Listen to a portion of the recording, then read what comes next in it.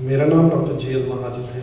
मेरा प्रश्न यहाँ बैठे दो माननीय सांसदों से है।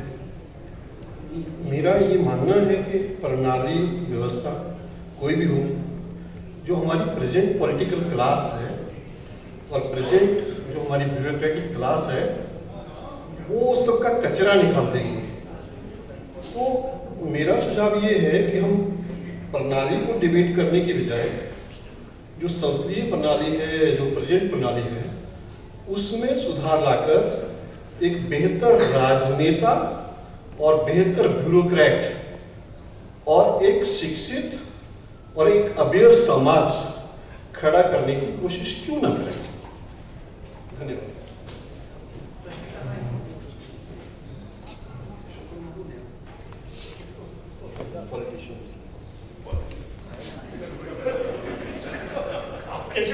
आप तो देख रहे हैं, आप ही जवाब देना चाहिए। बात यह है कि हमारा अध्यक्ष अभी भाषण देने वाले हैं, मैं उनको पकड़ लेता हूँ, लेकिन सिर्फ ये कहूँगा कि हर भारतीय को चेंज करने की बदलने के पहले शायद एक प्रणाली को बदल ले, तब तो दैट इज ईजियर। हमारे देश के लोग को आप अच्छी तरह जानते हैं। असलियत ये भी अम्बेडकर साहब ने कहा था उसका प्रसिद्ध भाषण कि अगर हमारे सिस्टम बुरे लोग चलाए तो सिस्टम बुरा हो जाएगा। तो सिर्फ प्रणाली की बात नहीं, लोगों की भी बात है। लेकिन हमने देखे 70 साल से देखे कि सिस्टम कैसे चलते हैं हमारे देश में और हमारे राजनेताओं इसको कैसे इस्तेमाल करते हैं। तो ये सब देखने के बाद हमें लग रहा है कि कम से कम ये कमजोरियां, ये जो बीमारियां, राजनीतिक बीमारियां, इसको बदल के आप एक राष्ट्रपति प्रणाली लेके आए तो शायद हमारे लोग ऐसे कि शायद नहीं भी हमारे दिखाई जाएंगे, तो उस वक्त फिर बात करेंगे प्रणाली के बारे में। लेकिन जिस बीमारियां अभी हैं वो तो नहीं होंगी फ्यूचर में।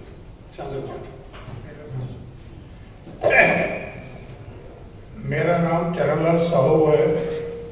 मैं सुप्रीम कोर्ट में एडवोकेट हूँ 40 सालों से और राष्ट्रपति चुनाव का हमेशा विरोध कर रहा हूँ, क्योंकि ये जो सिस्टम है गलत है और हमारे देश में जब तक स्वार्थी जनता रहेंगे तब तक भ्रष्ट नेता पैदा होते रहेंगे और इसीलिए राजनीतिक पार्टियां चुनाव के जरिए, चंदा के जरिए भ्रष्टाचार करते हैं। और चाहे ये राष्ट्रपति चुनाव हो या पार्लियामेंट्री सिस्टम ऑफ इलेक्शन हो, कोई यहाँ सफल नहीं हो सकता जब तक जनता जो है अपने आप को ना संभाले। ये मेरा प्रश्न है राजनीतिक कश्यप जी से।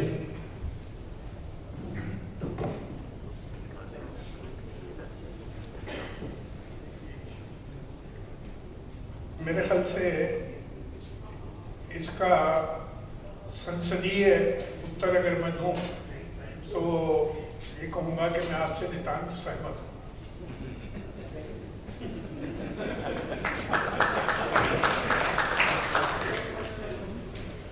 मैं यूपी उत्तराखंड का एक चैनल है समाचार प्लस, उसमें एसोसिएट एडिटर हूँ और प्रेस फाउंडेशन ऑफ इंडिया पत्रकारों की एक संस्था है, उसमें संयोजक हूँ। मेरा सवाल शशि थरूर जी से है। सबसे पहले शशि थरूर जी को उनकी मुस्कान और उनकी हिंदी के लिए बधाई देना चाहता हूँ और इस हिंदी को आपकी हिंदी को बढ़ाने में अगर मेरी मदद हो तो आप ले लीजिएगा। मैंने नफीसा अली और उदित रेन जी की हिंदी ठीक की थी। उसके आगे मैं ये आपसे सवाल मेरा ये है कि इससे पहले आपने इस मुद्दे पे कहाँ अभियान चलाया था और अभी आपके मन में क्या क्या ख्याल आ रहा है इस अभियान को बढ़ाने के लिए और हिंदी की कैसे मदद लेंगे आप इसमें? देखिए, इस मुद्दे पे मैं तो मेरे ख्याल में 5-6 काफी बड़े भाषण दे चुके हैं, अहमदाबाद में, दिल्ली में, मुंबई में, बेंगलोर में। लेकिन ज़्यादातर पे तो स्टूडेंट ऑडियंस, विद्यार्थी होते हैं, वो लोग सुनने के लिए तैयार हैं। नए विचार नेचुरली उनकी तरफ से ज़्यादा वेलकम होते हैं, लेकिन हमारे राजनेताओं के मन में मेरे ख्याल में ज़्यादा पॉसिबिलिटी है। जब भानु जी का अंग्रेजी किताब यहाँ निकला, शांता कुमार जी से मैं भी था, 2-3 और आए, राजीव प्रताप रूडी मेरे ख्याल में आए और चर्चा की उस वक्त। लेकिन ज़्यादा सपोर्ट हमारे पॉलिटिकल क्लास से नहीं है। मेरे ख्याल में बस वो लोग बैठ के सोच ही नहीं है कि ये सारे जो आर्ग्यूमेंट्स आपने अभी सुना, ये सब तो उनके मन में नहीं है। अगर हमारे अभी की प्रणाली में जो संसदीय प्रणाली है, इसमें अगर आप एक चेंज ले आना चाहते हैं तो काफी आसान है। मोदी जी कल भी कर सकते हैं, मेजॉरिटी है लोकसभा में, राज्यसभा में लग रहा है कि आने वाला है। अगर वो चाहता है तो कॉन्स्टिट्यूशन को बदलना इतना मुश्किल नहीं है, लेकिन उसका राजनीतिक इम्प्लीकेशंस क्या है, पार्टी के लोग क्या बोलेंगे, ये कोशिश में भी क्या शायद क्या दिक्कतें हैं उनके लिए, ये सब सोच के मैं बोलूँगा कि अभी ये आइडिया को बढ़ाना है हमारी जिम्मेदारी, उसके बाद राजनीतिक पॉसिबिलिटी क्या है। और मैं खुश हूँ कि भानु जी किताब हिंदी में पब्लिश किया, क्योंकि हिंदी रीडरशिप को भी जानना चाहिए। हमें तो ज़रा से एक सस्पिशन है ना, विदेश से कोई कुछ चीज़ आता है, अमेरिका से कुछ आता है तो ये अच्छा नहीं होगा भारत के लिए, लेकिन उसने जब हिंदी में समझाते हैं लोगों को कि ये सब कारण है के लिए, मेरे ख्याल में इससे इस विचार के बारे में ज़्यादा जानकारी। तो ये इसलिए मेरा एक सवाल है कि जिस तरीके से पिछले 3 सालों में लोकसभा से लेकर नगर निगम चुनाव तक में हर एक व्यक्ति के नाम पे वोट मांग रहे हैं, आपको लगता है कि हम उसको बढ़ चुके हैं, उसमें संसदीय प्रणाली को चेंज करने की जरूरत नहीं? तो ये मैं कह रहा था कि हमें तो वर्स्ट ऑफ बोथ वर्ल्ड्स हो रहा है कि एक संसदीय प्रणाली है जिसमें एक लेजिस्लेटिव मेजॉरिटी एक पार्टी की होती है, और उसी सिस्टम के अंदर एक आदमी एक चीफ एग्जीक्यूटिव के जैसे चला रहा है। ताकि आप देखिए कि पार्लियामेंट के अंदर हमारे सिस्टम में थियोरेटिकली, कश्यप साहब तो बताएंगे आपको, कलेक्टिव कैबिनेट रिस्पॉन्सिबिलिटी कहा जाता है कि अगर आप मंत्री से एक प्रश्न पूछे, उसकी जिम्मेदारी है और उनकी जिम्मेदारी है part of the overall cabinet responsibility. आजकल कई मंत्रियां जवाब दे रहे हैं जो जिस पॉलिसीज के वो उनके कोई इन्फ्लुएंस नहीं, मतलब मोदी जी ने ब्यूरोक्रेट्स के साथ बैठ के सारे कुछ निश्चय किए हैं, स्लोगन उनकी तरफ से हैं, सारे डिसीजंस उनकी तरफ से आ रहे हैं, और मंत्री से आप जवाब पूछ रहे हैं तो कोई फायदा नहीं। Better to have a straightforward system की देखिए, ये है राष्ट्रपति, इसने ये तय किया और उनकी कैबिनेट उनके नाम पे आपको जवाब दे देगा। तो मेरे ख्याल में ये तो वर्स्ट ऑफ बोथ वर्ल्ड्स है, क्योंकि ये भी है कि इनका मेजॉरिटी एब्सोल्यूट है, जब भी गलतियां भी की तो कुछ नहीं कर सकते क्योंकि पार्लियामेंट में मेजॉरिटी उनकी ही। अगर आप एक राष्ट्रपति प्रणाली में चले गए तो शायद एक आदमी राष्ट्रपति हो सकता है, लेकिन शायद लेजिस्लेटिव कॉम्पोजिशन अलग हो सकता है, क्योंकि आपको ये जरूरत नहीं है कि आप भाजपा के उम्मीदवारों को ही वोट दे मोदी जी को प्रधानमंत्री बनाने के लिए। तो चाहिए तो उसको बना दीजिए अब राष्ट्रपति, लेकिन लोकली दूसरों को भी चुन लीजिए। तो आजकल हमारे पार्लियामेंट में मेरे ख्याल में 36 पार्टियां हैं कम से कम, और कुछ शायद इंडिविजुअल्स होंगे, एक संसदीय पार्टी। अगर एक राष्ट्रपति इनसे काम करना चाहते हैं और ये नंबर्स मतलब आंकड़े बढ़ गए, तो उनको उनके बजट पास करने के लिए हर विषय पे ये संसदीय को बात करके एक गठबंधन बनाना पड़ेगा कि इस विषय पे शायद समाजवादी पार्टी मुझे मदद कर देगा, उस विषय पे शायद कांग्रेस पार्टी की तरफ जाना पड़ेगा। ऐसे तो मेरे ख्याल में हमारी डेमोक्रेटिक अकाउंटेबिलिटी बढ़ जाएगी, बेहतर होगी हमारे सिस्टम के लिए। अभी उसको किसी से बात करने की भी जरूरत नहीं है, मेजॉरिटी तो है। व्हिप क्रैक करो तो बीजेपी के सब वोट, सब सांसद उनके लिए ही वोट देगा, जो भी वो चाहते हैं। तो ये सेपरेशन, ये जो एग्जीक्यूटिव और लेजिस्लेटिव जिम्मेदारियों को विभिन्न करके अलग अलग करना, ये बड़ी जरूरी है, और ये हमारे ये राष्ट्रपति प्रणाली में हो जाए। सर एक बात मैं पूछना चाहता हूँ सर, एक सेकंड बोलने दीजिए जो सर, एक सेकंड छोटी सी बात कर रहा हूँ, नंबर लगा के खड़े हैं बोलने के लिए रोज।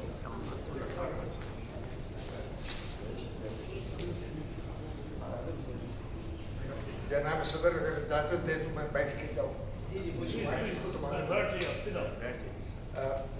There are 2 points, Mr. Chairman, and also the Honourable Minister and parliamentarians.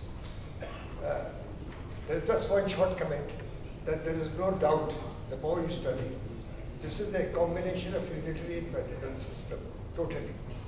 I think Subhash went to the same school where I went to, University of Allahabad, if you remember. He's smiling now. Having done that, the crux of the thing lies is you may have anything. There are so many laws, but the delivery of goods and services will be given by the collector, no matter whether who's in power in Lucknow all this thing. Now that man, if you are going to destroy that institution, you've had it. That is number one comment. Secondly, there is nothing wrong with the Constitution or the Planning Commission. Finest brains of the country have given you this Constitution. This is a book. It is how you interpret it and do it.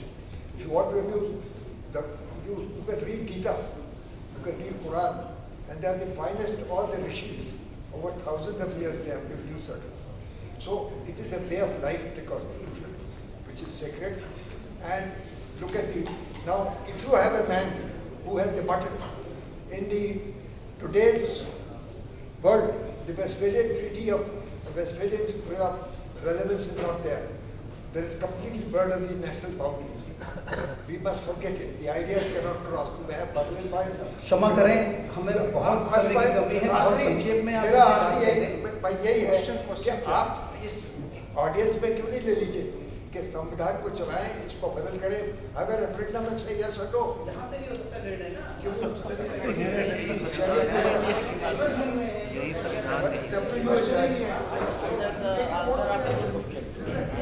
मेरा नाम doctor पवन मिश्रा है। मैं IP university से जुड़े college में sociology का head of department. मेरा प्रश्न आदरणीय सुभाष कश्यप जी से है।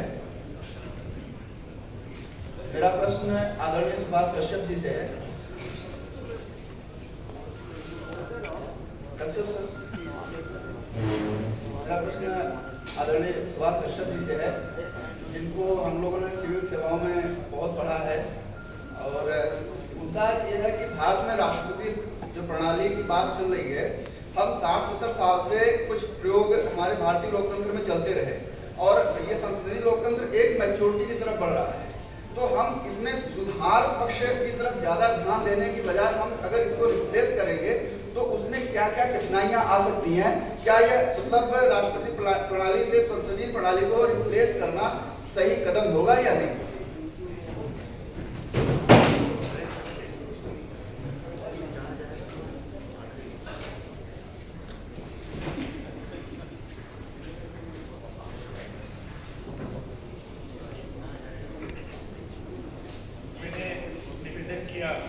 मेरे विचार से हमारे यहाँ जो पद्धति चल रही है, प्रणाली चल रही है, वो ब्रिटिश पार्लियामेंट्री सिस्टम नहीं है।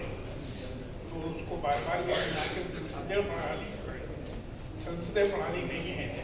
जब देश स्वाधीन हुआ और हम अपना संविधान बनाने बैठे तो हमने बजाय नया संविधान बनाने के जो सिस्टम चल रहा था, जो औपनिवेशिक प्रणाली चल रही थी, संसदीय प्रणाली का औपनिवेशिक स्वरूप, colonial model of parliamentary democracy, colonial model of parliamentary democracy को कंटिन्यू किया और आज भी चल रहा है। आज भी व्यवस्था मूलतः वही है जो कॉलोनियल पीरियड में थी। वही सिपाही है, वही कांस्टेबल है, वही डिस्ट्रिक्ट मजिस्ट्रेट है, वही रूलर्स हैं और शासकों के बीच में और जनता के बीच में वही खाई है। तो अभी भी देश की जनता एक स्वतंत्र सार्वभौम गणराज्य की नागरिक नहीं बन पाई है। अभी भी वो प्रजा है और हम कहते भी हैं प्रजातंत्र ज़्यादा इस्तेमाल होता है, लोकतंत्र कम इस्तेमाल होता है। तो अभी भी प्रजा और राजा की खाई जो है वो बराबर चल रही है। मुझे अकबर इलाहाबादी का एक शेर याद आता है। अकबर इलाहाबादी ने कहा, मुझे नफरत नहीं थी अंग्रेज की सूरत से, मुझे नफरत नहीं थी अंग्रेज की सूरत से, नफरत थी तो उसके तर्जे हुकूमत से। तर्जे हुकूमत वही चल रहा है। ब्रिटिश पार्लियामेंट्री डेमोक्रेसी नहीं आई, संसदीय व्यवस्था नहीं आई। तो अब अगर आप बदलना चाहते हैं तो मैंने जैसा निवेदन किया, पहले आप ये देखिए कि हमारी कठिनाइयाँ क्या हैं।